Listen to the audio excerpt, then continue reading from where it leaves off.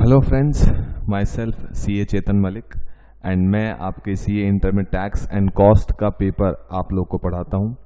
मैंने जैसे कि वादा किया था कि अपने चैनल पे कुछ वीडियोस लेके आऊँगा फ्री ऑफ कॉस्ट जो एग्ज़ाम के लिए हेल्प करेंगे। आई होप हमारी वीडियोस आपको एग्ज़ाम में हेल्प करी होंगी। कुछ फ्री वीडियोस हम लोग लेके आए टाइम टू टाइम। और दोस्तों, CA इंटर में टैक्स एंड कॉस्ट मैं आपको पढ़ाता हूँ। हमारी लाइव क्लासेस पीतमपुरा और लक्ष्मी नगर में होती हैं। CA इंटर में लॉ ऑडिट शिवाली मैम पढ़ाती हैं, जिनसे आप लॉ के वीडियोस देख रहे हैं। उनकी क्लासेस भी पीतमपुरा और लक्ष्मी नगर लाइव होती हैं। पेन ड्राइव और गूगल ड्राइव वीडियोस भी अवेलेबल है। आप नीचे जो नंबर फ्लैश हो रहा है उस पर कॉल करके आप हमारी वीडियोस के बारे में या लाइव क्लासेस के बारे में इंफॉर्मेशन ले सकते हैं। बस हाँ, ये एंड में याद जरूर रखिएगा, हमारी वीडियोस को लाइक करें, अपने दोस्तों के साथ शेयर करें, कमेंट करें। आपके कमेंट्स हमें मोटिवेट करते हैं कि हम आपके लिए ऐसी वीडियोस और बनाते रहें। और याद से हमारे चैनल को सब्सक्राइब करें, उसकी नोटिफिकेशन के लिए बेल आइकन को प्रेस करें ताकि आपके पास टाइम टू टाइम नोटिफिकेशन आती रहे। So enjoy the classes. ये चैनल आप लोगों के लिए, हमारी मेहनत अगर आप तक पहुंच रही है, आप प्लीज़ इसको एंजॉय कीजिए, अच्छे से एग्जाम दीजिए and God bless you all dear. मिलते हैं CA इंटर में। Thank you.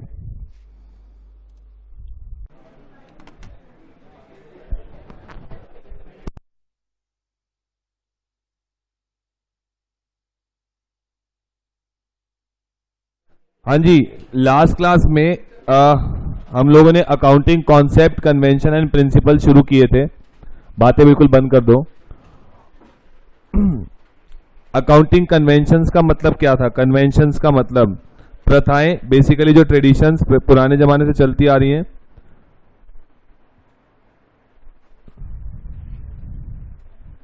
और कॉन्सेप्ट का मतलब क्या था? अकाउंटिंग कॉन्सेप्ट, बेसिक असम्पशंस जो हम फॉलो करते हैं अपने डे टू डे बिजनेस में, that is called as concept. यही कहानी थी। उसके बाद हमने एग्जाम्पल शुरू किया था। ये पूरा चार्ट हमने समझ लिया था लेकिन बनाया नहीं था। याद करो ये पूरा चार्ट क्या था, आपको मैं एक बार रिवाइज कराता हूं। इसमें कॉन्सेप्ट किए थे हमने। कॉन्सेप्ट क्या क्या थे एक बार रिवाइज कर लेते हैं। सबसे पहला कॉन्सेप्ट आपका क्या था? सबसे पहला बिजनेस एंटिटी कॉन्सेप्ट। बताओ जरा, बिजनेस एंटिटी कॉन्सेप्ट क्या मतलब क्या होता है? बिजनेस अलग है और ओनर अलग है। बिजनेस और ओनर को हम लोग अलग अलग मान के चलते हैं। इसका एग्जांपल क्या था? इसीलिए ओनर जब बिजनेस में कैपिटल लगाता है तो बिजनेस के लिए वो चीज क्या मान ली जाती है? लायबिलिटी मान ली जाती है। वो इसी बात का एग्जांपल है। नेक्स्ट, गोइंग कंसर्न कॉन्सेप्ट क्या बोलते हैं? कि हमारा बिजनेस फॉरएवर चलता चला जाएगा। इसी वजह से हम एसेट्स को किस पे दिखाते हैं? बुक वैल्यू पे। नेक्स्ट, डुअल एस्पेक्ट क्या बोलते हैं? हर ट्रांजैक्शन की दो एस्पेक्ट हैं, और एक डेबिट और एक क्रेडिट। कंसिस्टेंसी क्या बोलते हैं आपको? हम जो एक कॉन्सेप्ट फॉलो करते हैं वो हमें ईयर आफ्टर ईयर सेम रखना चाहिए, कंसिस्टेंट रहना चाहिए, which makes are financial statement comparable. तभी हमारी फाइनेंशियल स्टेटमेंट क्या रहेंगी? कंपेरेबल। कैश का मतलब क्या था? कि हमें सिर्फ बुक्स में कौन सी ट्रांजैक्शन रिकॉर्ड करनी है? Cash transaction. एक्रूवल का मतलब क्या था? कैश प्लस क्रेडिट दोनों ट्रांजैक्शन को रिकॉर्ड करना है। पीरियोडिसिटी कॉन्सेप्ट का मतलब क्या था? लाइफ ऑफ द कंपनी को हम छोटे छोटे पार्ट्स में डिवाइड करते हैं, यूजुअली 1 ईयर और 12 मंथ्स। इसीलिए हम हर साल बोल रहा हूं मैं वर्ड, इसीलिए हम लोग जो ट्रेडिंग पीएनएल बनाते हैं वो कब कब बनाते हैं? हर 1 साल बाद, ईयरली बेसिस पे। लेकिन वो हम अपनी मर्जी से नहीं बोलते हैं। वो कौन सा कॉन्सेप्ट बताता है हमें? Periodicity concept. नेक्स्ट था मैचिंग कॉन्सेप्ट। मैचिंग कॉन्सेप्ट क्या बोलता है? कि आपके पीएनएल की क्रेडिट साइड में जो इनकम लिखी हुई है, उस इनकम को कमाने के लिए जो खर्चे हुए वही सिर्फ डेबिट साइड में आएंगे। यानी अगर मैं इसको टेक्निकल टर्म्स में बोलूं, सेम बिजनेस का खर्चा आना चाहिए और सेम ईयर का खर्चा आना चाहिए। किसी और पीरियड का या किसी और बिजनेस का खर्चा हमारे इस पीएनएल में नहीं आना चाहिए। मैंने एग्जांपल दिया था आपको किंगफिशर एयरलाइंस और आरसीबी का। विजय माल्या की दोनों ही, किंगफिशर एयरलाइंस भी और आरसीबी भी है। अब आरसीबी की टीम के ऊपर जो खर्चा हो रहा है वो किंगफिशर एयरलाइंस के पीएनएल में नहीं दिखाएगा, और किंगफिशर एयरलाइंस में जो खर्चा हो रहा है वो आरसीबी के पीएनएल में नहीं दिखाएगा। नेक्स्ट, फुल मेटीरियलिटी कॉन्सेप्ट क्या बोलता है? मेटीरियल कॉन्सेप्ट क्या बोलता है? कि सारी मेटीरियल ट्रांजैक्शन, मेटीरियल का मतलब इंपॉर्टेंट ट्रांजैक्शन हमें बुक्स में रिकॉर्ड करनी चाहिए। इंपॉर्टेंट का मतलब क्या होता है? इंपॉर्टेंट का मतलब क्या है?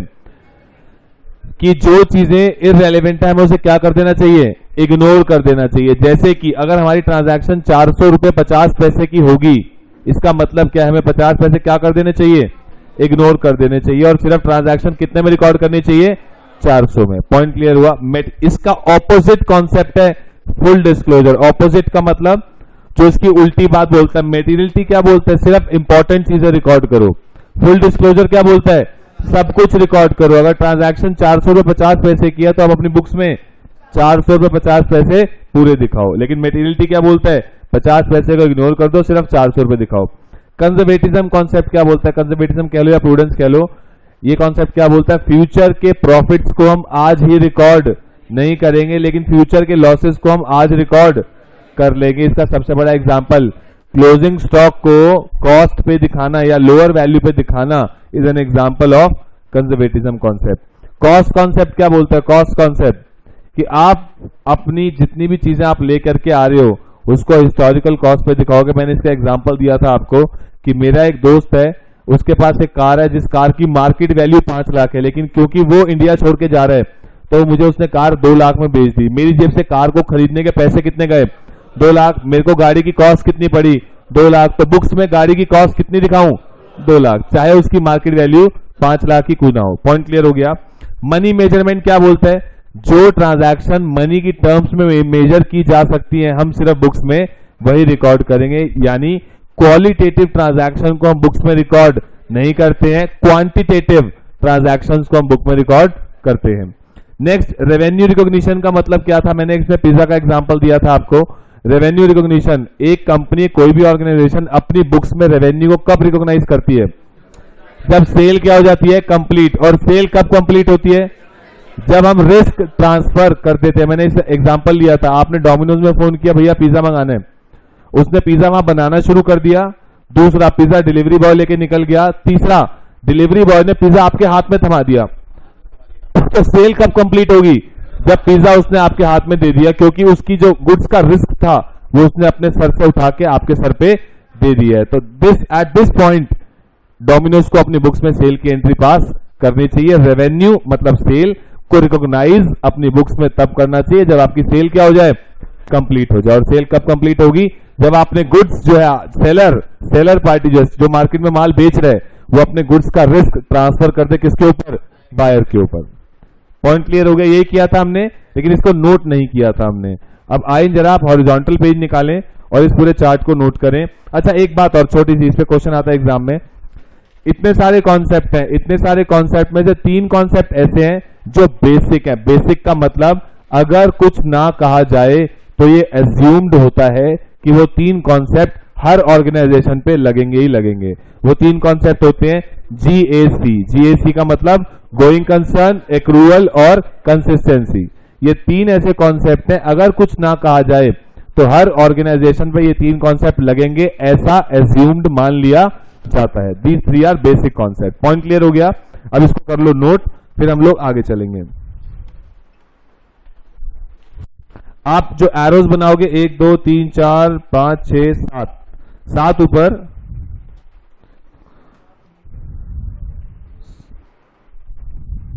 7 नीचे, 7 ऊपर 7 नीचे एरोज बनाओ और एक एक करके लिखना शुरू कर दो। मैं जूम इन कर रहा हूं। आप जब ये 4 लिख लोगे तो मैं अगले 4 आपको दिखाऊंगा।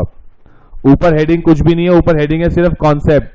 कॉन्सेप्ट के नीचे 7 एरो फर्स्ट लाइन में और 7 एरो नीचे आधे पेज के बाद है। पहला कॉन्सेप्ट आएगा बिजनेस एंटिटी कॉन्सेप्ट।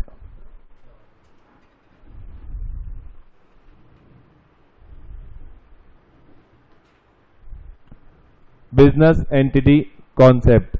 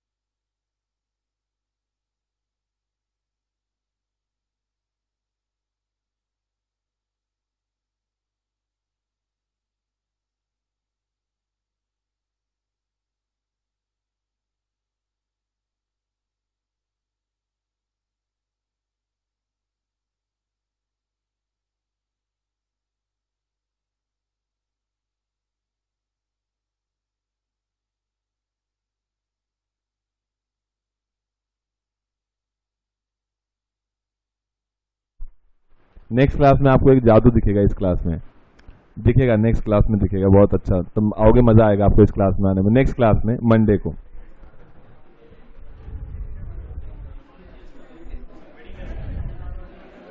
ये हमारा हर बैच में होता है, हमारे को थोड़ा सा ये हमारे ना सुपरस्टिशंस है। मैं क्या मेरे पर्सनली मैं बहुत मानता हूँ सुपरस्टिशंस को, बहुत मानता हूँ, तो क्या हमारे हैं। अरे नहीं, कोई ऐसा नहीं है। मंडे मेरे को लग रहा है तुझे हलवा खाना होगा, लग रहा है तेरी सेहत देख के हलवा बहुत खाता होगा।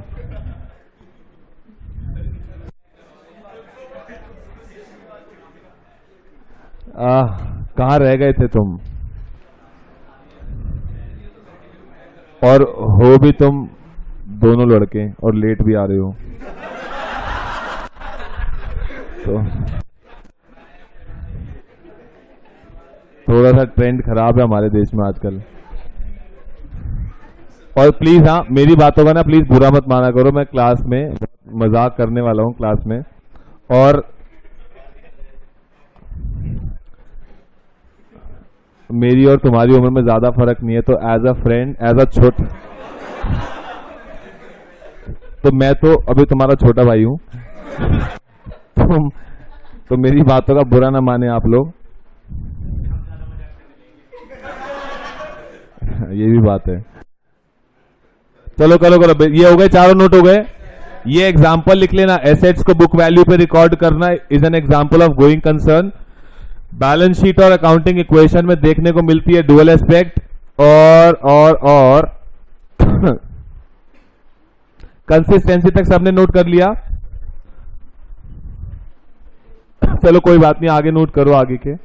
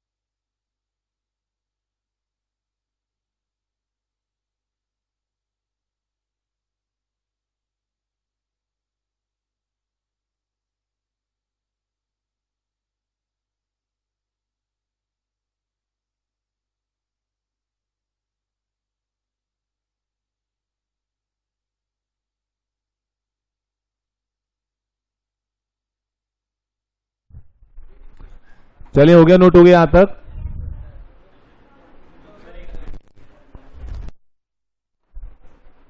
नीचे यहां तक तो हो गया, पीरियोडिसिटी तक करो करो, फटाफट निपटाओ।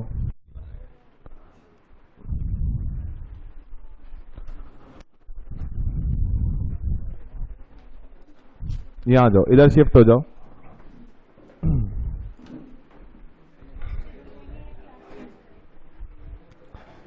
आओ जी आओ, हटा दो इसको, ये हो गया नोट।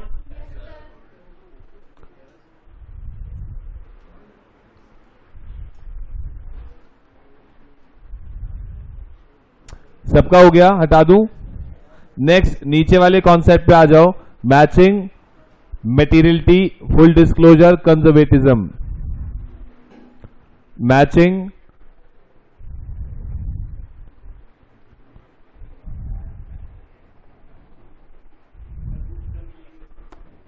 आ चुकी है तुम्हारी बुक्स, बस वो स्टॉकिंग नहीं हुई है। स्टॉकिंग इन द सेंस हम अपने पास रिकॉर्डिंग नहीं हुई है बुक्स की, बस आ चुकी है बुक्स सारी तुम्हारी, वही दिखाने जा रहा हूं तुम्हारे को।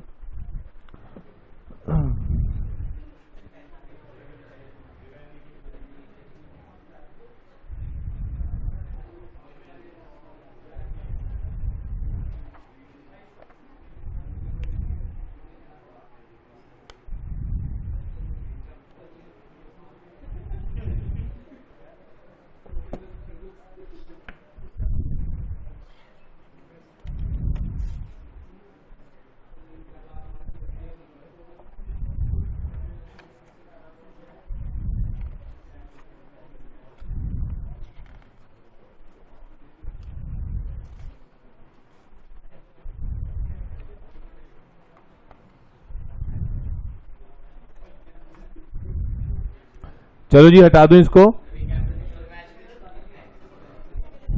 कहां पर match with expenses, revenue of business और period should match with expenses.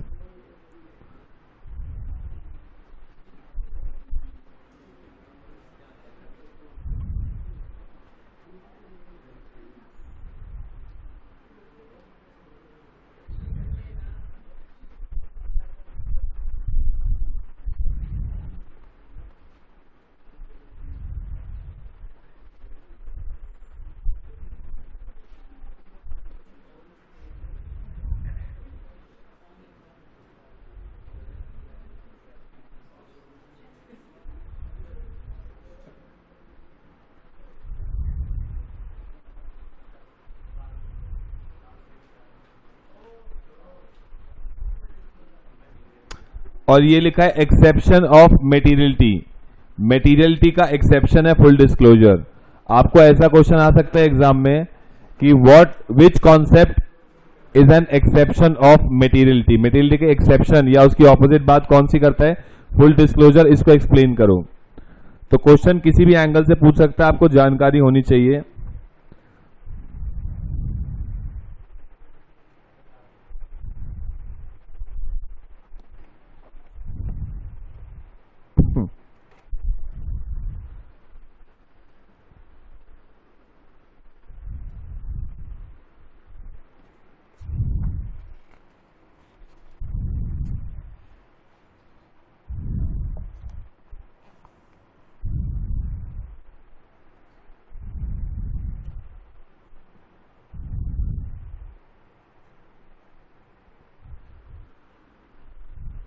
चलिए हो गया नोट यहां तक। कहां पर कंजर्वेटिज्म और प्रूडेंस, उसके ऊपर लिखा है क्लोजिंग स्टॉक को कॉस्ट पे रिकॉर्ड करना, क्लोजिंग स्टॉक एट कॉस्ट, और एक्सक्लेरेटेड डेप्रिसिएशन, एक्सक्लेरेटेड डेप्रिसिएशन।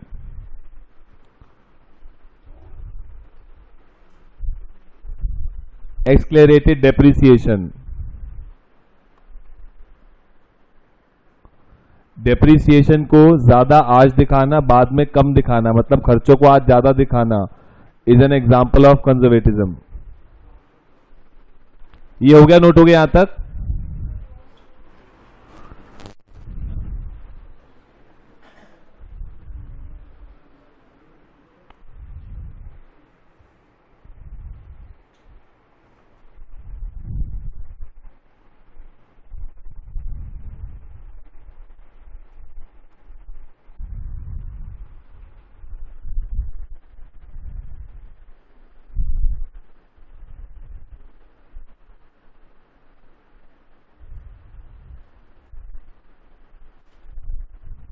आप सब लोगों ने वैसे ICAI में तो रजिस्ट्रेशन करा लिया ना? 30 June is the last date, तो कृपया करके करा लें, बाद में ऐसा ना हो कि लेट हो जाओ और ना हो पाए। 30 June is the last date, registration कराएं 30 जून तक ICAI में। और बुक्स आ गई हैं घर पे, बहुतों की आ गई होंगी मेरे ख्याल से। नहीं आई तो जरूरत भी नहीं है, वैसे आ गई तो भी कोई जरूरत नहीं है। हटा दो इसको।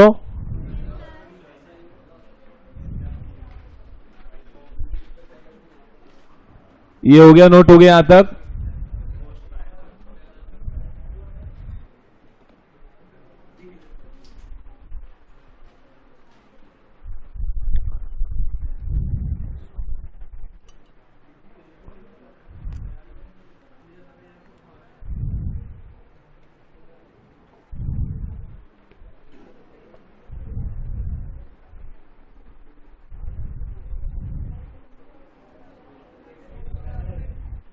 चलो हटा दूं।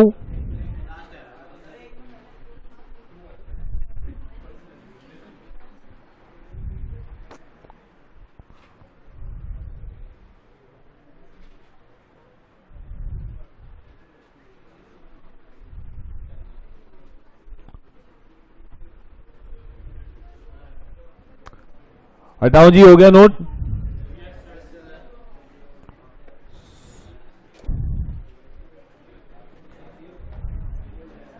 सुनो जी, कहानी सुन लो जरा। अभी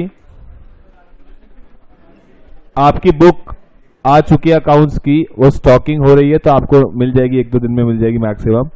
बुक्स आ चुकी हैं आपकी। This is volume 1। आपकी 2 पार्ट में हमने डिवाइड किया, बुक काफी मोटी ना हो जाए, आप लोग कैरी नहीं कर पाओगे, तो इसलिए वॉल्यूम 1 में हमने उसको वॉल्यूम 1 और वॉल्यूम 2 में डिवाइड कर दिया। This is obviously as per the syllabus issued by ICAI ने जो सिलेबस इशू किया। अब सर पॉइंट क्या है कि हमें बच्चों के दिमाग में नॉर्मली ये कंफ्यूजन रहती है हर टाइम में कि सर हमें क्या क्या पढ़ना है। सर जो वॉल्यूम आएगी, मॉड्यूल आएंगे आईसीएआई से, वो पढ़ने हैं नहीं पढ़ने हैं? नहीं पढ़ने हैं। उसका रीजन ये है, हम लोग इसीलिए बैठे हैं और आपने फीस शायद इसीलिए दी है कि आपको सारी चीजें एक जगह पे कंपाइल्ड मिल जाएं। अलग अलग बुक्स पढ़ना is a time taking task obviously, और बहुत कंफ्यूजन होती है कहां से क्या पढ़ना है क्या नहीं पढ़ना है। तो इस बुक के अंदर हमने आईसीएआई को बेस रखते हुए plus MTP plus RTP plus past attempt plus extra questions, ये सब इसमें कवर्ड है। आपको कहीं कुछ करने की जरूरत नहीं है। मैं सिंपल सी लास्ट बात जो बोलूंगा, आपने ये बुक कर ली, दैट मीन्स आपने सब कुछ कर लिया, इससे बाहर आपका सिलेबस नहीं आने वाला। लेकिन इसको हमने कंपाइलेशन कैसे किया है, हमने चैप्टर वाइज की जगह मैंने इस बार थोड़ा सा चेंज किया, टॉपिक वाइज हमने खत्म किया इसको। जैसे कि आप इसमें देखोगे कि चैप्टर दिखने को इसमें आपको दिखेंगे 18 चैप्टर है, लेकिन ये 18 चैप्टर नहीं है, ये बेसिकली 18 टॉपिक्स अलग अलग। जैसे कि आईसीएआई के हिसाब से कंपेयर करोगे तो पहले 9 चैप्टर ये एक चैप्टर के अंदर अलग अलग टॉपिक्स हैं। लेकिन हमने छोटे छोटे टॉपिक्स को, क्योंकि मेरी पर्टिकुलरली सोच ऐसी है कि टारगेट जितना बड़ा हो उसको छोटे छोटे हिस्सों में करो ना, बहुत जल्दी कंप्लीट होता है। ऐसे लगता है वॉल्यूम 1 हो गई हमारी, लेकिन वॉल्यूम 1 में चैप्टर 1, 2 और 3 सिर्फ 3 चैप्टर है, जिसको हमने 18 टॉपिक्स अलग अलग में बांट दिया, बहुत छोटे छोटे। और 19th जो आपका ये फुल फ्लेजेड क्या है, question bank of volume 1। Volume 1 में 18 जो टॉपिक्स हैं उन पे बेस्ड है क्वेश्चन बैंक। अभी कोर्स करते टाइम हम लोग सब कुछ डिटेल में करने वाले हैं। सबसे बड़ी समस्या आती है सर लास्ट मोमेंट में बता दो हमें क्या पढ़ना है, पेपर में एक दिन से पहले हम ऐसा क्या करके जाएं कि कल पेपर हमें पूरा 100% आता हो। तो उसके लिए इसके बीच में, हर टॉपिक के बीच में आपको एग्जाम्पल दिखेंगे ग्रीन कलर से। मैं आपको इसलिए थोड़ी सी क्लैरिटी दे रहा हूं ताकि आप बाद में कंफ्यूज ना हो। आपको ये ग्रीन कलर के एग्जाम्पल दिखेंगे, ये पूरे ग्रीन कलर से मार्क्ड है, ये एग्जाम्पल आपको सारे आने चाहिए। और जो लास्ट में क्वेश्चन बैंक है 19th पे, ये क्वेश्चन बैंक आप देखोगे, it is particularly based on volume 1। ये रहा पूरा क्वेश्चन बैंक, ये टॉपिक वाइज क्वेश्चन बैंक है। Topic 1 meaning and scope of accounting, उस पे बेस्ड क्वेश्चंस हैं, कुछ एमसीक्यूज हैं। आजकल एमसीक्यू पैटर्न आपके पेपर में आता है, पूरा पेपर एमसीक्यू नहीं है अकाउंट्स का, लेकिन 10 से 15 number fill in the blanks और एमसीक्यू की फॉर्म में आने लग गए हैं। तो हर चैप्टर से लिंक जो एमसीक्यू उसके आंसर बोल्ड प्लस रेड किए हुए हैं, ये आपको यहीं से पढ़ने हैं। उसके अलावा theoretical questions with answers given है। तो आपका टारगेट सिर्फ ये रहेगा, जो ये लास्ट में क्वेश्चन बैंक है ये आपको 100% आना चाहिए, और जो बीच के हर टॉपिक के बाद ग्रीन वाले एग्जांपल्स हैं वो आपको आने चाहिए। ये आपको करना है एग्जाम से 2 दिन पहले, मतलब उस समय आपको पूरी बुक नहीं पढ़नी है, आपको कॉन्सेप्ट में नहीं जाना। सब मैं सिर्फ एग्जाम ओरिएंटेड स्टडी करूंगा, मेरे एग्जाम में मुझे बता दो क्या आने वाला है, मैं वो पढ़ के चला जाऊंगा और पास हो जाऊं। तो उसके लिए 2 बातें हैं, ग्रीन वाले एग्जाम्पल जो हर टॉपिक के बाद है, और लास्ट में क्वेश्चन बैंक, ये पढ़ के चले जाओ, इससे बाहर पेपर नहीं आएगा, ये मेरी श्योरिटी है। अभी क्या करना है, अभी ड्यूरिंग द कोर्स 2 चीजें चलती हैं, नॉलेज तो लेनी है, एग्जाम ओरिएंटेड स्टडी भी करनी है। दोनों चीजें मुझे अभी करनी है, और लास्ट में सिर्फ एग्जाम ओरिएंटेड स्टडी करनी है। सीधी बात है ना, अभी ड्यूरिंग द कोर्स अपने पास टाइम है, अभी हम नॉलेज भी लेंगे, डिटेल में सीखेंगे भी सही, और इस टॉपिक में से एग्जाम कैसा आता है मुझे वो भी पता होना चाहिए। जब दोनों चीजें कंबाइन होगी ना तभी पास हो पाओगे।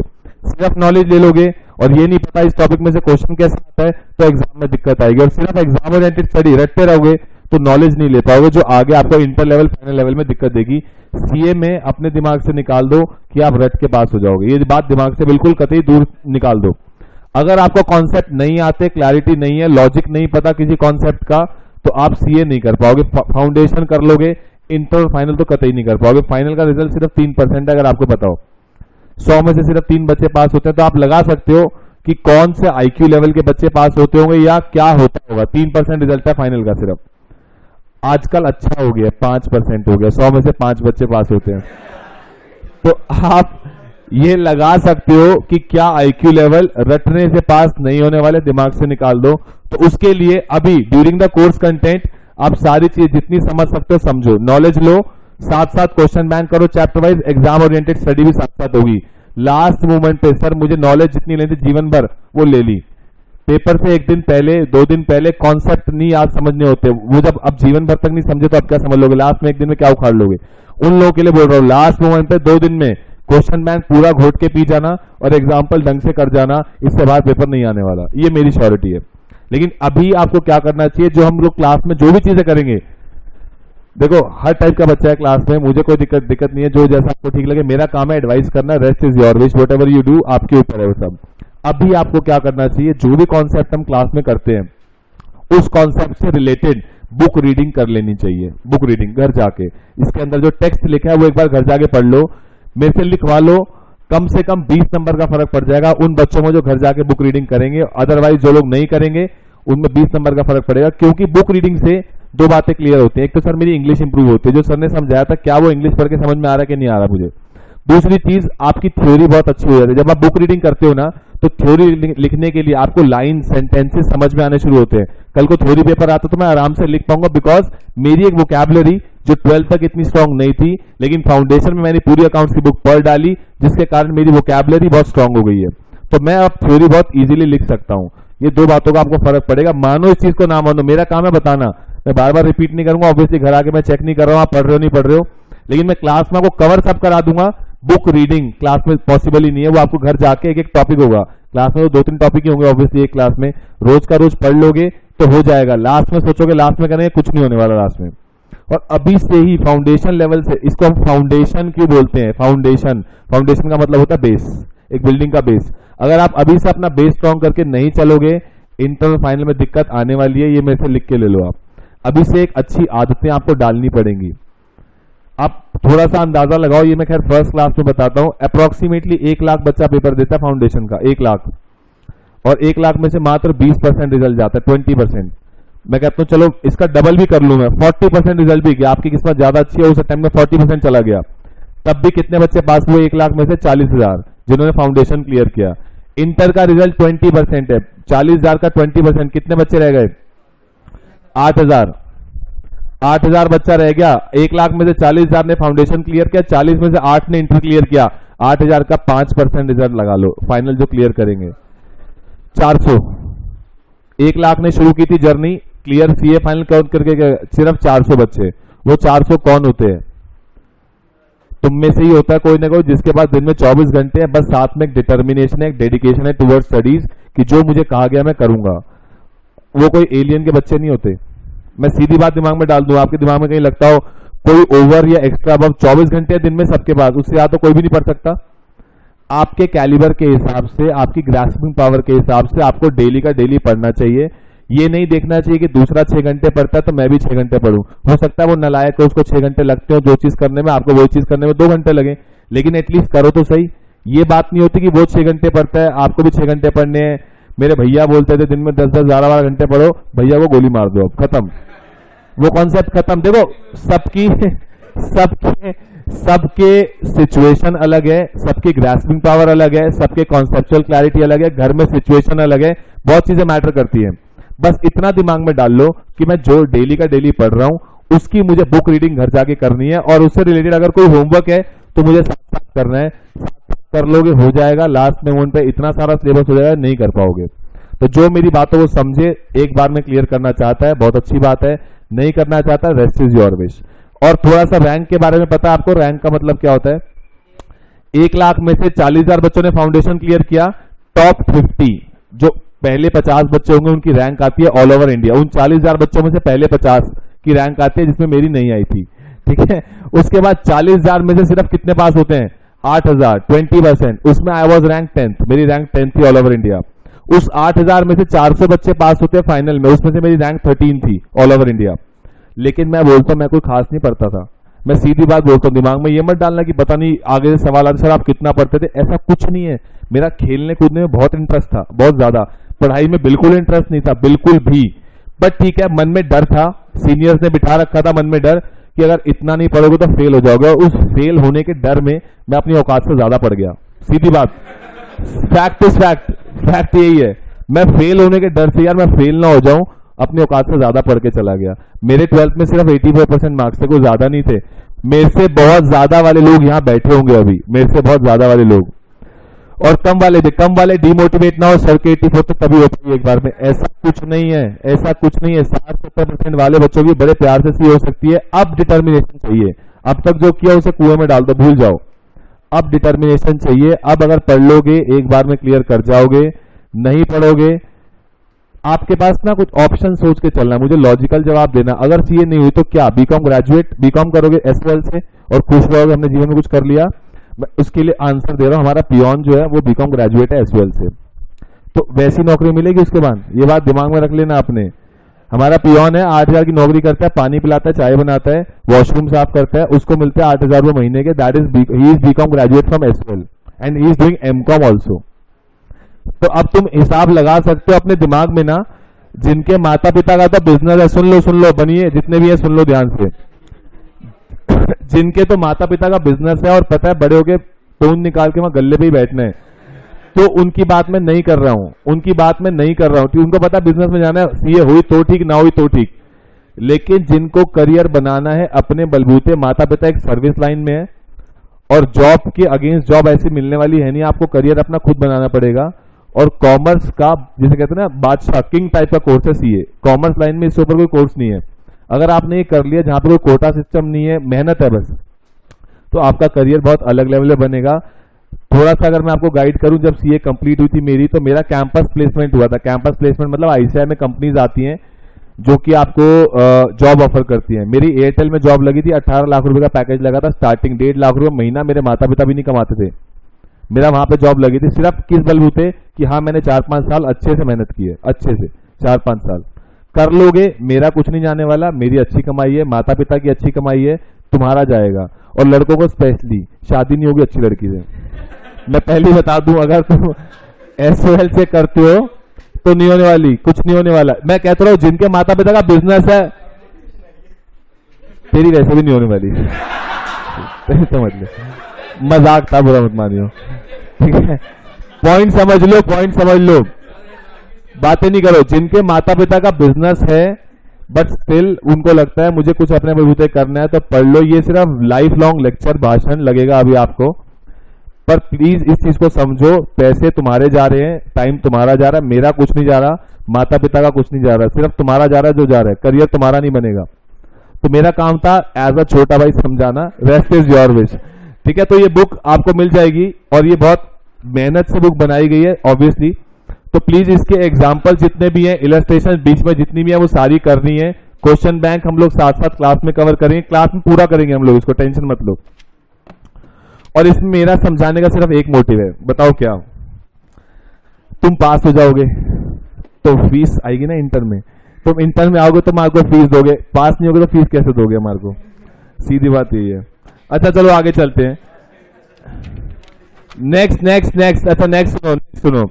अभी हमने क्या अकाउंटिंग कॉन्सेप्ट कर लिए। नेक्स्ट आपका एक छोटा सा टॉपिक है अकाउंटिंग स्टैंडर्ड्स। बताओ आप मुझे अकाउंटिंग स्टैंडर्ड क्या होते हैं?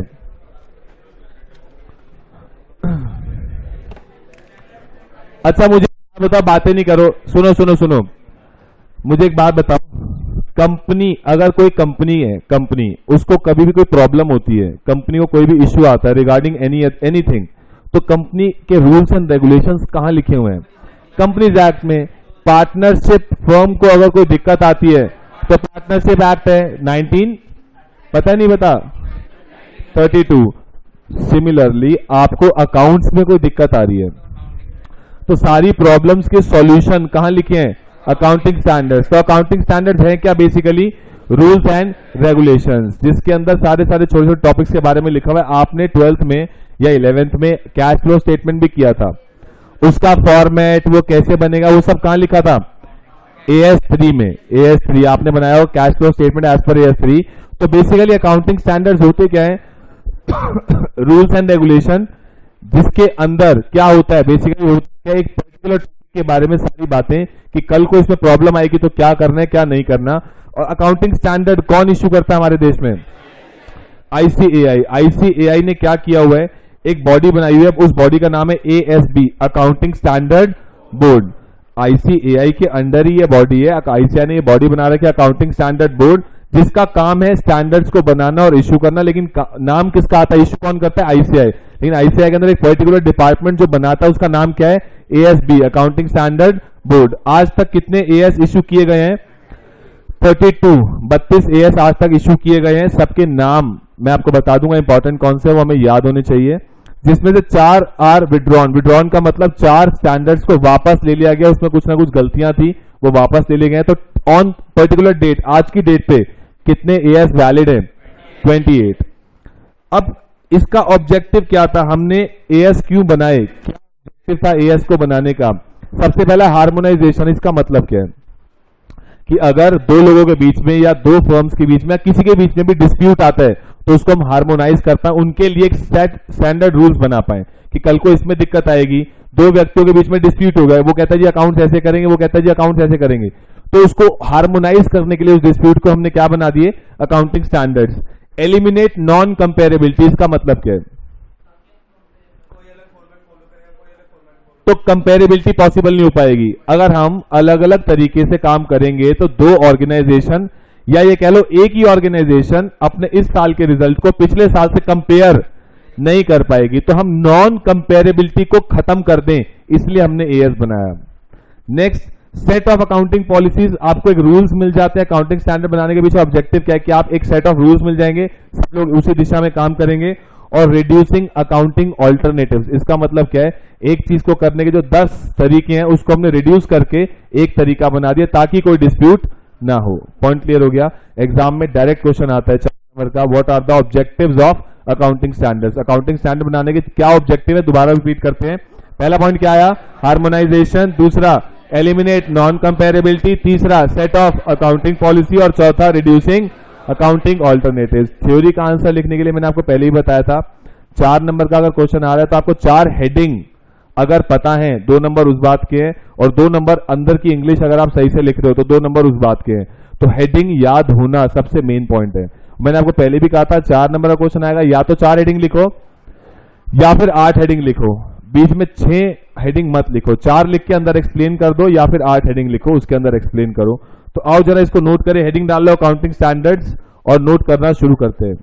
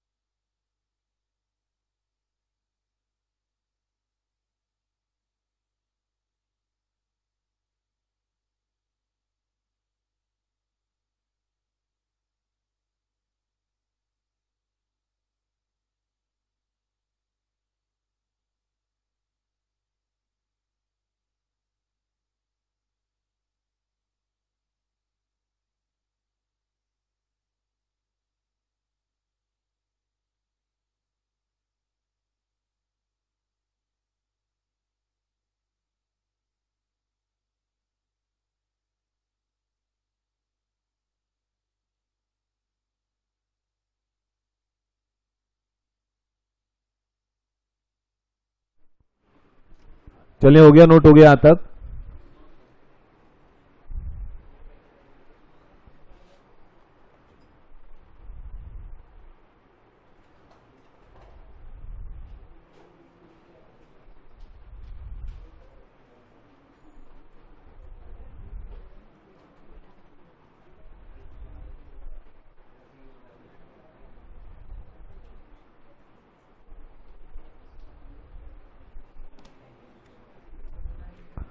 चलें जी, आगे चलें। नेक्स्ट, अब आप मुझे बताओगे अकाउंटिंग स्टैंडर्ड बनाने से पहले हमने बोला उसके क्या ऑब्जेक्टिव्स हैं। नेक्स्ट आता है क्वालिटेटिव एस्पेक्ट। क्वालिटेटिव एस्पेक्ट का मतलब कि आपके अकाउंटिंग स्टैंडर्ड में क्या क्वालिटी होनी चाहिए, कैसे होने चाहिए अकाउंटिंग स्टैंडर्ड्स। रिलायबिलिटी, रिलायबिलिटी का मतलब भरोसेमंद, रिलायबल होनी चाहिए, उसके अंदर जो बातें लिखी हैं वो करेक्ट, ट्रू एंड फेयर लिखी होनी चाहिए। नेक्स्ट रेलेवेंस, रेलेवेंस का मतलब इंपॉर्टेंट बातें लिखी होनी चाहिए, जो रेलेवेंट बातें हैं वो सारी उसके अंदर होनी चाहिए।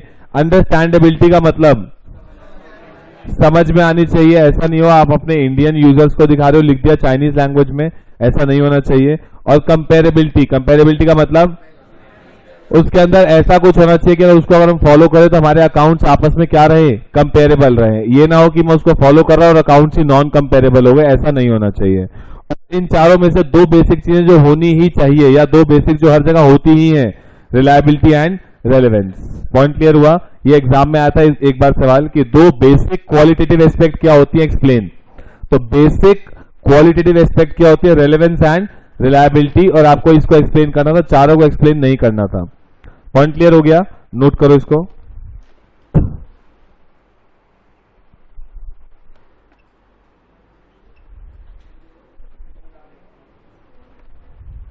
रिलायबिलिटी, रेलेवेंस, अंडरस्टैंडेबिलिटी और कंपेरेबिलिटी।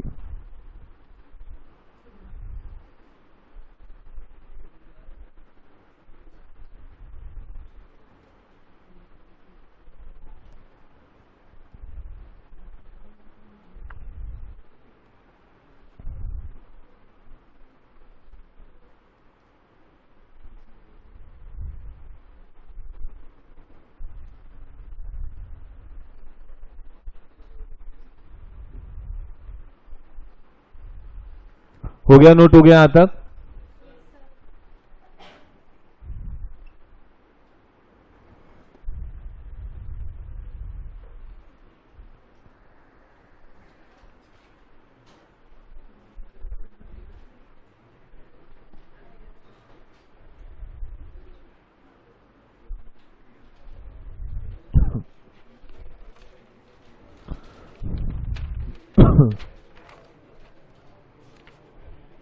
नेक्स्ट आपका छोटा सा टॉपिक है अकाउंटिंग स्टैंडर्ड के बाद।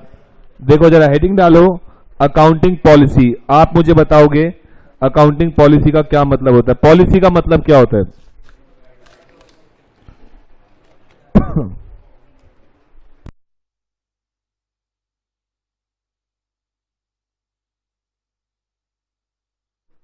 हेडिंग डाल लो, अकाउंटिंग पॉलिसी।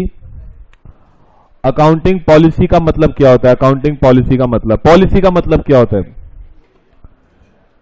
रूल्स बनाना, एग्जैक्टली exactly। हमारे यहां पे एक पॉलिसी बनाई हमने कि जैसे बुक्स आएंगी प्रिंट होके, उसके बाद हम उसकी स्टॉकिंग करेंगे और स्टॉकिंग करने के बाद आप लोग को देंगे।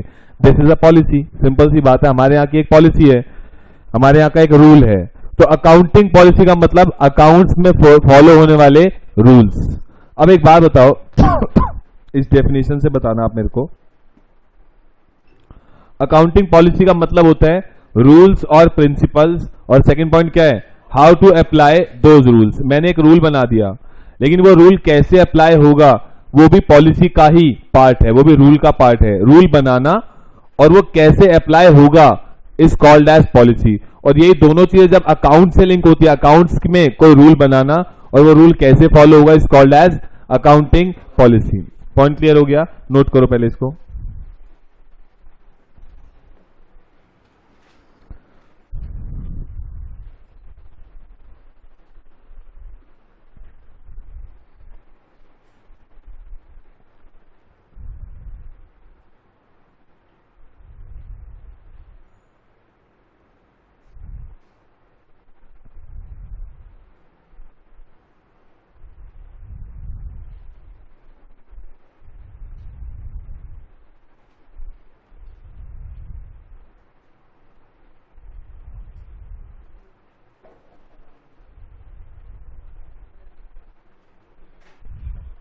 ठीक है जी। नेक्स्ट पॉइंट आता है पहले ये करते हैं, डिस्क्लोजर ऑफ अकाउंटिंग पॉलिसी। अब इस लाइन का पहले मतलब बताओ, disclosure of accounting policy line का क्या मतलब है? एग्जैक्टली डिस्क्लोजर के बारे में क्या बात है कि अकाउंटिंग पॉलिसी, आपने कोई रूल बनाया, उसको कहां पर दिखाना चाहिए, कहां पर डिस्क्लोज करना चाहिए। पहला पॉइंट देखो क्या लिखा है, डिस्क्लोज ऑल अकाउंटिंग पॉलिसी। हमें क्या करना चाहिए? सारी अकाउंटिंग पॉलिसी डिस्क्लोज करनी चाहिए। अब आपका एडमिशन हुआ, ठीक है, लेकिन हमने आपको डिस्क्लोज नहीं किया कि अगर आप लेट आओगे तो जो व्यक्ति लेट आएगा उसको सारे बच्चे एक एक पीठ पे घूसा मारेंगे। ये हमने आपको डिस्क्लोज नहीं किया, ये हमने आपको डिस्क्लोज नहीं किया। तो क्या होना चाहिए? हमें सारी पॉलिसीज डिस्क्लोज कर देनी चाहिए, ठीक है। उसके बाद डिस्क्लोज एट वन प्लेस, इसका मतलब क्या है? एक जगह पे डिस्क्लोज करनी चाहिए। अब हमने नई पॉलिसी बनाई कि जो व्यक्ति लेट आएगा उसको घूसा तो पड़ेगा, पूरे इंस्टीट्यूट का पोछा लगाना पड़ेगा, लेकिन ये लाइन मैंने दीवार पे चिपका दी। तो आप क्या डिस्क्लोज सारी पॉलिसी को कहां पे करना चाहिए? एक जगह पे, अदरवाइज उस पॉलिसी की कोई रेलेवेंस नहीं है। तीसरा point, any change in policy should be disclose. अब पॉलिसी में चेंज आया कि जो पोछा तो लगाना ही है, साथ में वॉशरूम भी साफ करना है जो व्यक्ति लेट आएगा, तो जो चेंज किया मैंने पॉलिसी में वो आपको क्या करना चाहिए? मुझे बताना चाहिए। तो आपको जो भी चेंज आए वो बताना चाहिए। और लास्ट पॉइंट क्या है? आप पॉलिसी में चेंज कब कर सकते हो? कंप्लाई विद अकाउंटिंग स्टैंडर्ड, मतलब किसी अकाउंटिंग स्टैंडर्ड में चेंज आ गया तो उसके कारण आपको अपनी पॉलिसी क्या करनी पड़ सकती है? चेंज, और उसी के कारण आप चेंज कर सकते हो। कंप्लाई विद लॉ, कोई लॉ में चेंज आ गया, लॉ में अगर कोई चेंज आया और उसकी वजह से आपको पॉलिसी चेंज करनी पड़ जाए तो यू आर अलाउड, आप कर सकते हो। और तीसरा, बेटर प्रेजेंटेशन, अच्छी प्रेजेंटेशन के लिए अगर आपको कोई पॉलिसी चेंज करनी पड़े तो आप कर सकते हो। तो ये 4 रेलेवेंट पॉइंट्स हैं अकाउंटिंग पॉलिसी के बारे में। पहला पॉइंट क्या निकल के आया? आपको सारी पॉलिसी डिस्क्लोज करनी है। दूसरा point, disclose at one place, any change in policy should also be disclose. और आप पॉलिसी में चेंज, इस पे सवाल आता है एग्जाम में कि पॉलिसी में हम चेंज कब कर सकते हैं? कब कर सकते हैं? अकाउंटिंग स्टैंडर्ड में चेंज आ जाए तो पॉलिसी में चेंज कर सकते हो, लॉ में चेंज आ जाए तो पॉलिसी में चेंज कर सकते हो, और तीसरा, बेटर प्रेजेंटेशन के लिए आप पॉलिसी में चेंज कर सकते हो। और पॉलिसी का मतलब क्या होता है? Rules and regulations and how to apply those rules is called as policy. Accounting policy का मतलब क्या हुआ कि हमारे अकाउंट से रिलेटेड जो हमने रूल्स बना रखे हैं और उस रूल्स को कैसे फॉलो करना है, that is called as accounting policy. Point clear हो गया? इसको नोट करो, वो भी बाद में करेंगे। नहीं नहीं नहीं, आप ऐसे ही कर लो, उससे कोई फर्क नहीं है।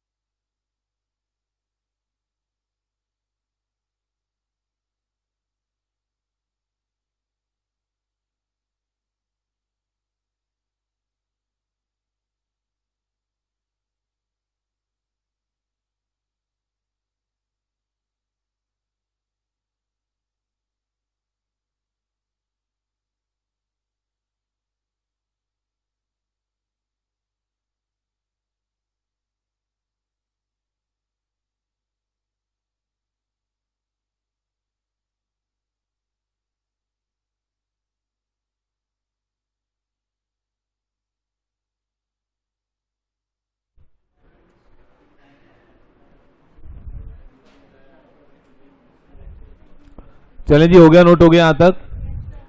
नेक्स्ट छोटा सा पॉइंट देखो जरा। आपकी अकाउंटिंग पॉलिसी, आपकी अकाउंटिंग पॉलिसी कैसी होनी चाहिए? अकाउंटिंग पॉलिसी के 3 फीचर्स जो आपकी अकाउंटिंग पॉलिसी में होने चाहिए। पहला है मेटीरियलिटी। मेटीरियलिटी का मतलब अब आपको पता है अकाउंटिंग पॉलिसी क्या होनी चाहिए? इंपॉर्टेंट बातों के बारे, इंपॉर्टेंट टॉपिक्स के बारे में बात करनी होनी चाहिए। आपकी पॉलिसी में सारी मटेरियल बातें यानी इंपॉर्टेंट टॉपिक्स जितने भी हैं वो सब कवर्ड होने चाहिए। प्रूडेंस का मतलब पॉलिसी में प्रूडेंस होना चाहिए। प्रूडेंस का मतलब आपकी पॉलिसी एक साइंटिफिक फैक्ट्स पे बेस्ड होनी चाहिए, लॉजिकल फैक्ट्स पे बेस्ड होनी चाहिए, जिसमें कि हम फ्यूचर के प्रॉफिट को इन्वॉल्व नहीं करें और फ्यूचर के लॉसेस को इन्वॉल्व करें। और सब्सटेंस ओवर फॉर्म, इस वर्ड का क्या मतलब है? आपकी पॉलिसी सब्सटेंस ओवर फॉर्म, इस लाइन का क्या मतलब है?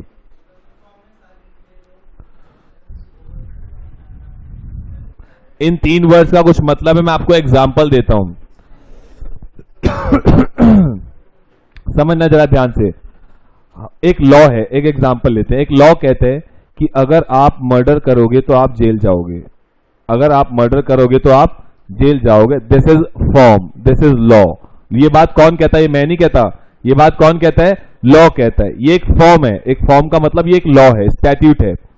लेकिन लेकिन लेकिन अब एक व्यक्ति है, वो चाकू लेके ऐसे खड़ा था और कोई उसके ऊपर गिर गया, तो क्या उसने मर्डर किया या गलती से हो गया? गलती से हो गया। अब वो उसकी पूरी वीडियो फुटेज है, रिकॉर्डिंग है पूरी, और पुलिस वालों ने ये चीज देखी और उसको छोड़ दिया। अब समझो जरा, इस केस को समझो। ऐसा हमारे देश में बहुत बार हुआ है, अब आपको एग्जांपल भी दूंगा। तो अब हुआ क्या इस केस में? सब्सटेंस का मतलब होता है फैक्ट्स ऑफ द केस, एक केस के फैक्ट। जब पुलिस ने इस रिकॉर्डिंग को देखा तो पुलिस ने इस केस के फैक्ट्स को देखा कि भैया इसने मर्डर नहीं किया, ये तो खड़ा हुआ था, कोई इसके ऊपर आके गिर गया। तो मतलब पुलिस वालों ने किसको प्रेफरेंस दी? फैक्ट्स को प्रेफरेंस दी या लॉ को प्रेफरेंस दी? फैक्ट्स को। पॉइंट क्लियर हुआ? तो कई बार ऐसा होता है कि आपका जो लॉ बना होता है, लॉ का मतलब होता है फॉर्म, जो लॉ बना होता है उसके ऊपर चले जाते हैं हम केस के फैक्ट्स के ऊपर। इस केस में जो पुलिस वाले हैं उन्होंने किस चीज को प्रेफरेंस दी? फैक्ट्स को। तो उन्होंने सब्सटेंस, सब्सटेंस का मतलब होता है फैक्ट्स, फैक्ट्स ओवर लॉ। कई बार आपके फैक्ट्स को प्रेफरेंस दी जाएगी किसके ऊपर? लॉ के ऊपर। पॉइंट क्लियर हुआ? क्योंकि लॉ ने तो एक सिंपल सी चीज बनाई, स्टैंडर्ड, लेकिन उस केस में अगर इफ एंड बट हुआ, केस कुछ और बना, तो केस को पहले प्रेफरेंस दी जाएगी और लॉ को बाद में दी जाएगी। पॉइंट क्लियर हुआ? इसलिए हमारे देश में क्या बोलते हैं ना कि अगर आप अपने आप को डिफेंड करते हुए अगर किसी का मर्डर कर दो तो वो मर्डर नहीं होता। तो समझो इस बात से कि पॉइंट ये है कि नवजोत सिंह सिद्धू ने, हमारे देश में नवजोत सिंह सिद्धू ने किसी का मर्डर किया हुआ है। एक्चुअली में ही इज अ मर्डर, उसने मर्डर किया हुआ है, लेकिन वो इस बात पे सिर्फ जेल से बाहर है कि मैं मर्डर नहीं कर रहा था, मैं तो अपने आप को बचा रहा था और बचाते बचाते मर्डर हो गया। वो तो लॉ ने, ये लॉ की बात है, तो सुप्रीम कोर्ट ने भी क्या, किसको प्रेफरेंस दी? फैक्ट्स को। फैक्ट्स का मतलब सब्सटेंस ओवर फॉर्म। तो सिमिलरली आपकी पॉलिसी भी कैसी होनी चाहिए? जो फैक्ट्स को प्रेफरेंस दे ओवर लॉ। लॉ ने कह दिया ऐसे करना है, ठीक है हम ऐसे करेंगे, लेकिन बाई चांस हमारे केस में अगर वो लॉ फॉलो नहीं होता तो हम पहले अपने केस को प्रेफरेंस देंगे और बाद में लॉ को फॉलो प्रेफरेंस देंगे। पॉइंट क्लियर हो गया? तो आपकी पॉलिसी कैसी होनी चाहिए? मटेरियल यानी इंपॉर्टेंट बातें करें, प्रूडेंस कॉन्सेप्ट पे बेस्ड होनी चाहिए, और सब्सटेंस ओवर फॉर्म। अगर आप लिखना चाहो, सब्सटेंस का मतलब होता है बेसिकली फैक्ट्स, ओवर फॉर्म का मतलब क्या हो गया? लॉ। तो हमारे फैक्ट्स को प्रेफरेंस देनी चाहिए ऊपर लॉ के ऊपर। नोट करो इसको। आप इसकी हेडिंग दे सकते हो, policy should be based on, policy should be based on,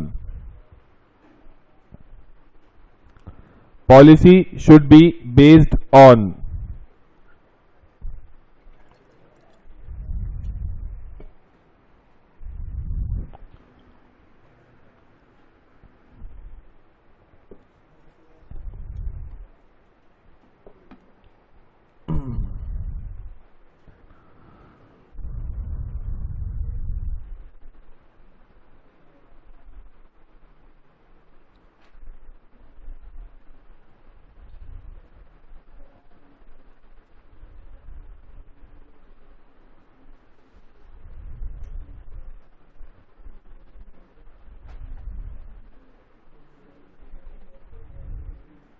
चलें जी, हो गया, नोट हो गया। तो आपके लिए याद करने के लिए शॉर्टकट क्या है? Policy should be based on MPS, materiality, prudence और सब्सटेंस ओवर फॉर्म।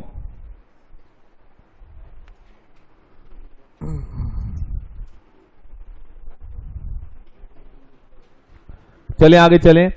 नेक्स्ट और लास्ट कॉन्सेप्ट इस टॉपिक का, लास्ट कॉन्सेप्ट ये है कि आप डिफरेंट अकाउंटिंग पॉलिसी कौन कौन से एरियाज में फॉलो कर सकते हो।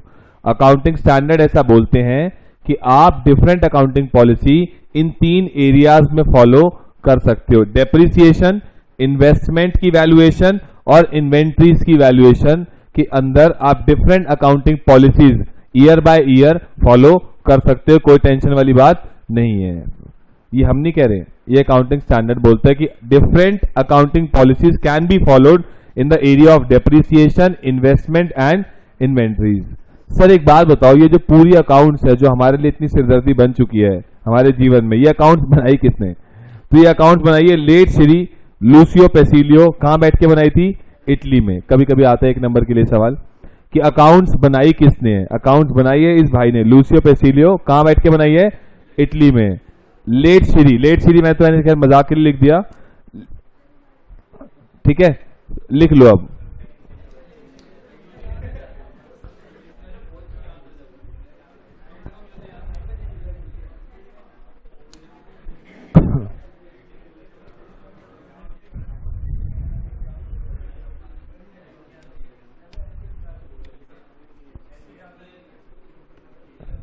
ईयर क्या करोगे जान के? 1800 सदी में बनाई थी।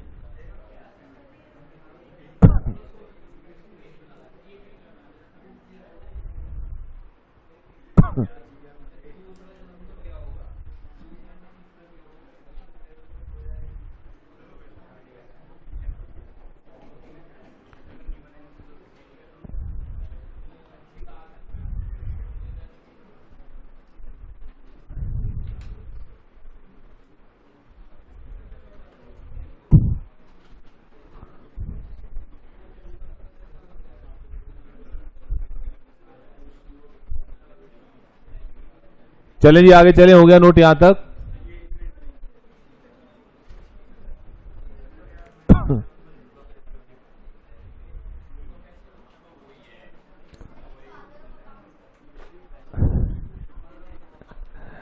ये मेकर ऑफ अकाउंट्स है।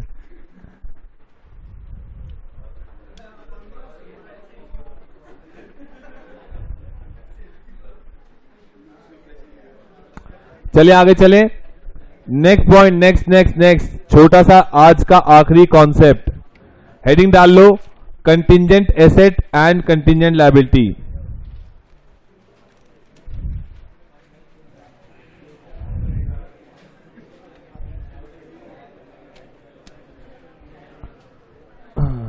हेडिंग डालो, contingent asset and contingent liability. इसमें से क्या एग्जाम में आ सकता है बताऊंगा, पहले टॉपिक नोट करो।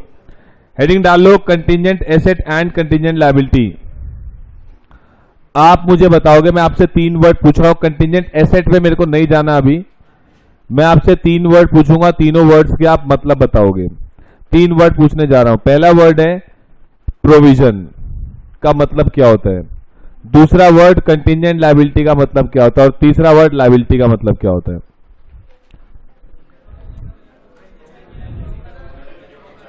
मैं एक एग्जांपल देता हूं, एग्जांपल। उस एग्जांपल में इन तीनों वर्ड्स को आपको फिट बिठाना है। कहां फिट बैठ रहे हैं? एग्जांपल से शुरू करते हैं। सलमान खान ने कभी जीवन में शायद एक पता नहीं कुत्ता मारा था, क्या मारा था? अच्छा हाँ, अच्छा सुनो, सलमान खान ने एक हिरन मारा था, ठीक है। उसको पता था मेरे ऊपर केस हो गया उसके ऊपर, सुप्रीम कोर्ट में डिसीजन पेंडिंग है, और ये नहीं पता लगा कि वो अभी केस जीता है या हारा है। पता लगेगा फ्यूचर में, जब केस की हियरिंग होगी तो उस दिन पता लगेगा ये केस जीता या हारा। केस जीत भी सकता है और केस हार भी सकता है। हारा तो उसके ऊपर पेनल्टी आएगी, और अगर जीता तो पेनल्टी नहीं आएगी। लेकिन अभी eight this point of time ये नहीं पता कि वो केस जीता है या हारा है, अभी जस्ट केस हुआ है। This is first point. इस पॉइंट पे उसके लिए जो फ्यूचर में लायबिलिटी उसके सर पे आ भी सकती है और नहीं भी आ सकती, at this point of time this liability is called as contingent liability. Point clear हो गया। उसके बाद अब थोड़े दिन बाद क्या हुआ, वो केस हार गया, सुप्रीम कोर्ट में डिसीजन आया और वो केस हार गया। लेकिन जो क्या बोलते हैं, जो जज है उसने बोला कि मैं पेनल्टी अभी आपको 10-12 दिन बाद बताऊंगा कि कितनी पेनल्टी आपसे चार्ज करूंगा, लेकिन आप केस हार गए हो, हिरन तो आप नहीं मारा है, खत्म कहानी, आप केस हार चुके हो, लायबिलिटी हमारे सर पे आ गई है, लेकिन मुझे उसका अमाउंट नहीं पता क्योंकि जज ने बताया ही नहीं अमाउंट। अब मैंने क्या किया, मैंने पिछली बार भी एक गाय मारी थी, तो मैंने पिछली बार जो मैंने गाय मारी थी उसमें मेरे ऊपर जो पेनल्टी लगी थी दैट वाज 2 करोड़ रुपए। ध्यान से समझना, पिछली बार बातें नहीं करो, समझ लो पहले। पिछली बार मैंने एक ऐसे ही सेम इंसिडेंट किया था और मेरे ऊपर उस समय पेनल्टी लगी थी 2 करोड़ रुपए। मैंने उसको बेस मानते हुए अभी, क्योंकि सुप्रीम कोर्ट का डिसीजन आ गया, मैं केस हार गया हूं, लेकिन अमाउंट नहीं पता, मैंने एक रीजनेबल एस्टिमेट लगाया कि यार मेरे ऊपर हो सकता है इस बार भी 2 करोड़ की पेनल्टी आ सकती है, लेकिन जज ने अभी अमाउंट नहीं बनाया। ये जो 2 करोड़ है ये कहां से आ रहा है, ये तो मैं एक एस्टिमेट लगा रहा हूं कि शायद 2 करोड़ रुपए मेरे ऊपर लायबिलिटी आ जाएगी। तो मैंने अपने बुक्स में क्या बना ली, 2 करोड़ की प्रोविजन बना ली। प्रोविजन का मतलब क्या हुआ कि जब लायबिलिटी आपके सर पे आ चुकी है लेकिन आपको उसका अमाउंट नहीं पता, आप उसका क्या लगा रहे हो, एक रीजनेबल एस्टिमेट लगा रहे हो, that is called as provision. ये पॉइंट क्लियर हुआ। उसके बाद थोड़े दिन बाद जज का डिसीजन आया कि भाई आप, तुम्हारे ऊपर जो पेनल्टी है वो 3 करोड़ की पेनल्टी लगेगी। जज ने केस बता भी तो तुम हार गए हो, पेनल्टी बता दी कितने रुपए की है, 3 करोड़ की। अब ये 3 करोड़ कंटिजेंट रहा, प्रोविजन रहा या कंफर्म लायबिलिटी, कंफर्म लायबिलिटी, तो ये 3 करोड़ क्या बन गया, लायबिलिटी बन गया। तो पॉइंट क्लियर हुआ। कंटिजेंट लायबिलिटी का मतलब लायबिलिटी आएगी या नहीं आएगी ये कंफर्म नहीं है। प्रोविजन का मतलब लायबिलिटी तो आ चुकी है, उसका अमाउंट नहीं पता और हम एक रीजनेबल एस्टिमेट लगा रहे हैं, that is called as provision. और लायबिलिटी का मतलब लायबिलिटी आ भी चुकी है और उसका अमाउंट भी पता चल चुका है, that is called as confirm liability. Point clear हो गया, तीनों वर्ड्स क्लियर हो गए। अब इस चौथा वर्ड भी है इस चैप्टर में, that is contingent asset. Contingent liability का मतलब क्या होता है, फ्यूचर में किसी इवेंट के होने या ना होने पर पता लगेगा कि हमारे सर पे लायबिलिटी आई या नहीं आई। सिमिलरली कंटिजेंट एसेट का क्या मतलब हुआ, फ्यूचर में किसी इवेंट के होने या ना होने पर हमें पता लगेगा कि हमारे पास कोई एसेट आएगी या नहीं आएगी। कंटिजेंट लायबिलिटी में फ्यूचर में हो सकता है नुकसान हो या ना हो। कंटिजेंट एसेट का मतलब फ्यूचर में कोई फायदा फ्यूचर में हो या ना हो पता नहीं है, that is dependent upon unexpected future events. Point clear हो गया। तो एक बार जरा इसके बारे में रीडिंग करेंगे फिर आप नोट करोगे, ये सारी बातें हमने समझ ली है। इसमें से जो क्वेश्चन आता है एग्जाम के लिए जो रेलेवेंट है, that is difference between provision and contingent liability. ये क्वेश्चन एग्जाम में आपको डायरेक्ट स्ट्रेट फॉरवर्ड आ सकता है कि डिफरेंस बता दो प्रोविजन और कंटिजेंट लायबिलिटी के बीच में क्या डिफरेंस है। 4 नंबर का क्वेश्चन ये बनता है इस टॉपिक में से। और या फिर write short notes on 2-2 number का contingent asset, contingent liability, provision, ये बन सकता है इस तरीके का सवाल। तो कंटिजेंट एसेट पहले लायबिलिटी की बात करते हैं। इट इज अ पॉसिबल, क्या है ये पॉसिबल, क्या obligation that arises from past event, हरकत आप पास्ट में कर चुके हो, सलमान खान हिरन पास्ट में मार चुका है, एंड हुज एग्जिस्टेंस की लायबिलिटी आएगी या नहीं आएगी, विल बी कंफर्म्ड, वो कब पता लगेगा, ओनली आफ्टर अकरेंस और नॉन अकरेंस, होने पर या ना होने पर, ऑफ वन और मोर अनसर्टेन फ्यूचर इवेंट्स, फ्यूचर में किसी इवेंट के जो कि अनसर्टेन है उसके होने या ना होने पर पता लगेगा कि हमारे सर पे लायबिलिटी आई या नहीं आई, विच आर नॉट होल्डली in the control of enterprise, और फ्यूचर में जो इवेंट होने वाले हैं क्या वो हमारे कंट्रोल में होते हैं, नहीं होते हैं। तो कंटिजेंट लायबिलिटी अगर मैं हिंदी में एक्सप्लेन करूं तो क्या बना, पास्ट में की हुई वो हरकत जिसका रिजल्ट फ्यूचर में किसी इवेंट के होने या ना होने पे डिपेंड करेगा कि हमारे सर पे लायबिलिटी आई या नहीं आई। पॉइंट क्लियर हो गया। और प्रोविजन का मतलब क्या होता है जरा देखो एक बार, it is a present liability, liability तो आ चुकी है, ऑफ अनसर्टेन अमाउंट, अमाउंट जिसका हमें नहीं पता है, which can be measured reliably by an estimation, जिसको आप एक रिलायबल एस्टिमेट जिसका आप लगा सकते हो। अमाउंट एक्चुअल नहीं पता, अमाउंट आ कहां से रहा, आप सिर्फ क्या कर रहे हो, एक रिलायबल एस्टिमेट लगा रहे हो, that is called as provision.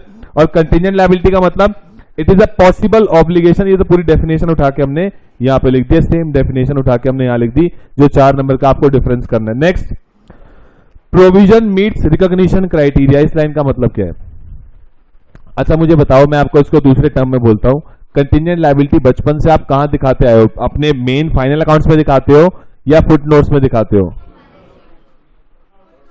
Footnotes में दिखाते हो। इस क्योंकि अकाउंटिंग स्टैंडर्ड कंटिजेंट लायबिलिटी को बुक्स में रिकॉग्नाइज करना नहीं कहता।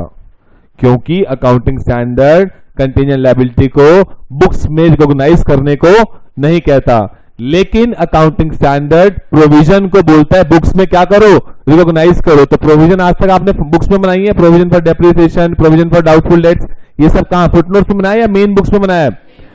क्योंकि अकाउंटिंग स्टैंडर्ड ने उसको बोला है कि उसको आप रिकॉग्नाइज कर सकते हो। तो इसलिए ये लाइन लिखी है कि प्रोविजन मीट्स रिकॉग्निशन क्राइटेरिया, कि रिकॉग्नाइज करने के लिए एक चीज को बुक्स में दिखाने के लिए जो चीजें चाहिए प्रोविजन के अंदर वो सारी चीजें होती हैं, इसीलिए हम उसको रिकॉग्नाइज करते हैं। लेकिन contingent liability fails to meet recognition criteria, इसका मतलब कंटिजेंट लायबिलिटी में वो सारे फीचर नहीं है जिसके कारण हम उसको बुक्स में क्या करें, रिकॉग्नाइज करें, शो करें, इसीलिए हम उसको क्या करते हैं, फुटनोट्स में दिखाते हैं।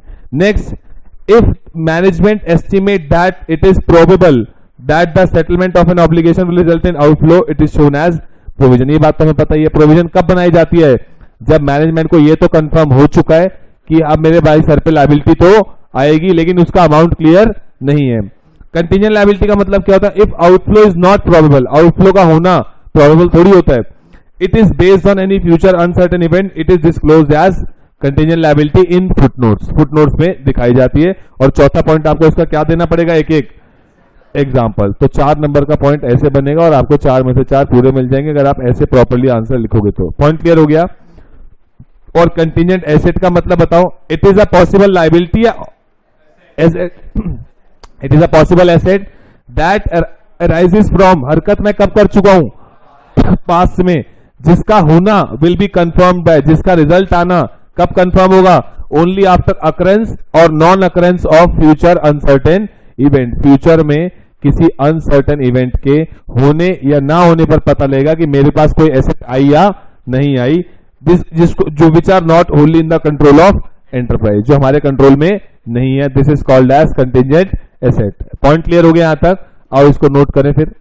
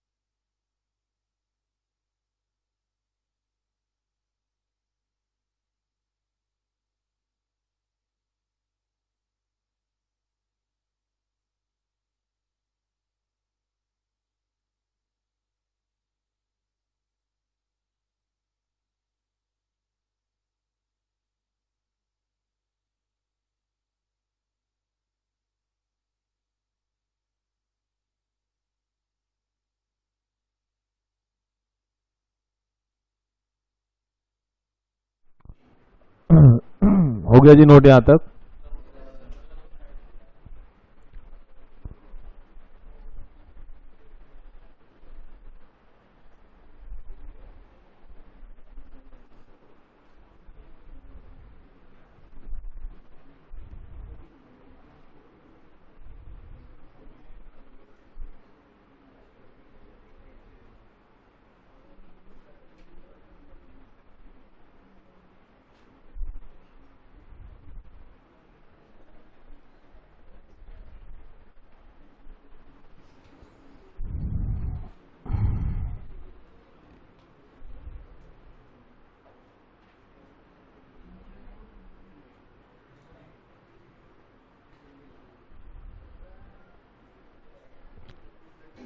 It is a present liability of uncertain amount which can be measured reliably by estimation. ये तो सेम ही आएगी एज इट इज है। आप यहां लिख सकते हो सेम एज अबव।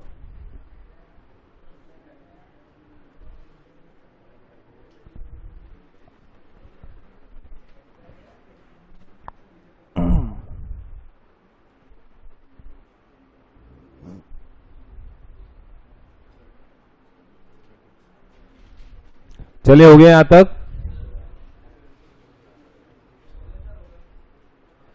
हो गया नोट हो गया यहां तक।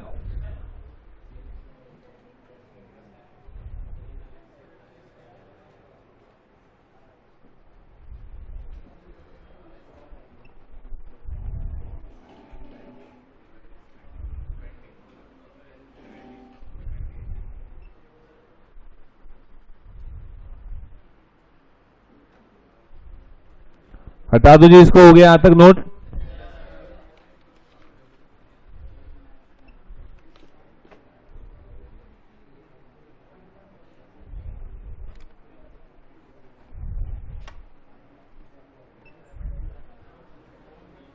करो आगे के पॉइंट्स नोट करो। आगे के पॉइंट्स नोट करो।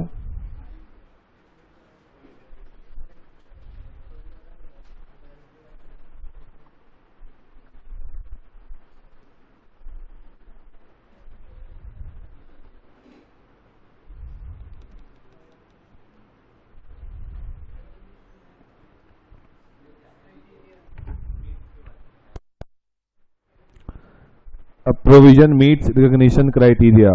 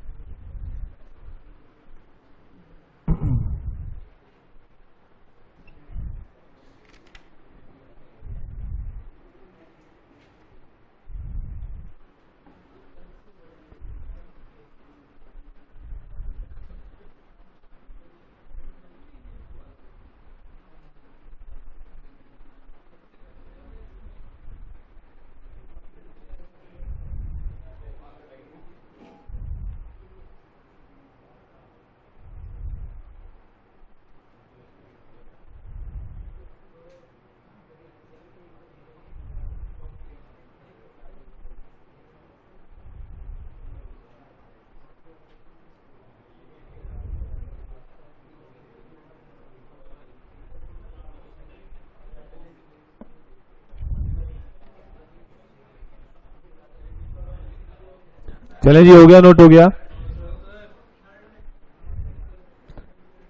If management estimates that it is probable, if outflow is not probable, it is based on any future uncertain event, comma, it is disclosed as contingent liability.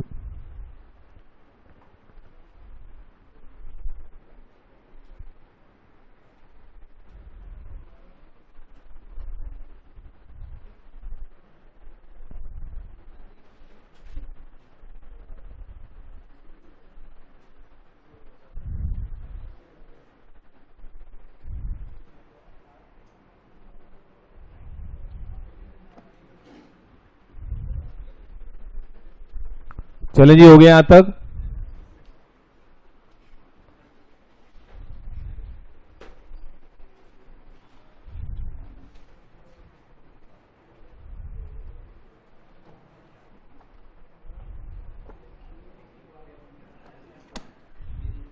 हो गया, note हो गया।